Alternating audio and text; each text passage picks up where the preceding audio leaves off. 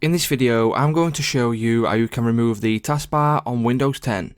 For more tutorials, make sure you subscribe, and let's get right into it. So if you want to remove the taskbar, it is actually a super simple thing to do. So the first thing you will need to do is head over to the Start button. Once you click on Start, you will then need to go up to the Settings icon. Once you are on the Settings icon, click on Settings. And then once you click on Settings, this is the page you'll be on, and from here all you need to do is head over to Personalisation.